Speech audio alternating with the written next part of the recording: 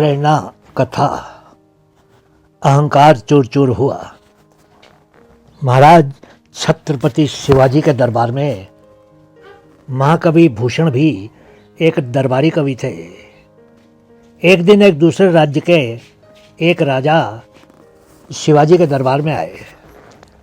उस दिन भूषण ने छत्रपति शिवाजी की प्रशंसा में एक कविता सुनाई। वो मेहमान राजा तो भाव विभोर ही हो गए। मेहमान राजा ने महाकवि भूषण से कहा, कृपया आप ऐसा कुछ हमारी प्रशंसा में भी लिख दीजिए। भूषण ने उनका आग्रह स्वीकार कर लिया। कुछ दिन के बाद उस राजा की प्रशंसा में एक काव्य ग्रंथ लिखकर ले गए और दरबार में उन्होंने उसके कुछ अंश पढ़े। कविता सुनकर दरबार में सब वाह वाह कर उठे। प्रसन्न होकर राजा ने महाकवि भूषण को 3 लाख स्वर्ण मुद्राएं देते हुए कहा, एक काव्य रचना के लिए आपको इतनी ज़्यादा स्वर्ण मुद्राएं देने वाला इस देश में दूसरा कोई राजा नहीं मिलेगा। भूषण को यह सुनकर आघात लगा।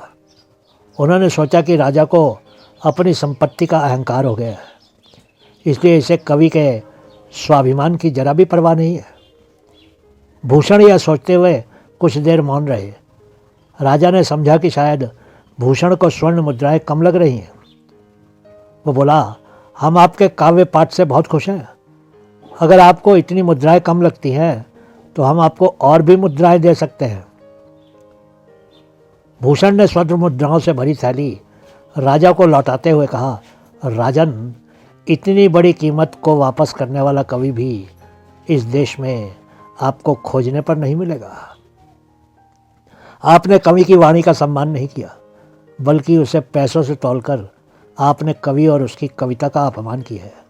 इसलिए आपकी यह स्वर्ण मुद्राएं मुझे मिट्टी समान लग रही हैं। उसके बाद राजा ने बहुत अनुनय विनय की, लेकिन भूषण ने स्वर्ण मुद्राएं लेने से इनकार कर दिया और वे शिवाजी के पास वापस लौट गए। भूषण का स्वाभिमान देखकर राजा का अहंकार चूर चूर हो गया। धन्यवाद दोस्तों। हमारी ये छोटी छोटी प्रेरणा कहानियाँ अपने बच्चों, छोटे भाई बहनों को ज़रूर सुनाइएगा। उनके ज्ञान में अवश्य वृद्धि होगी। हो सके तो इन कहानियों को अपने मित्रों के साथ भी साझा कीजिएगा। हम आपके आभारी रहेंगे। हमारी चैनल को सब्सक्राइब कर दीजिए और हर रोज़ नई कहानियाँ पाने के लिए बेल आइकन का घंटी वाला बटन दबा दीजिएगा। धन्यवाद।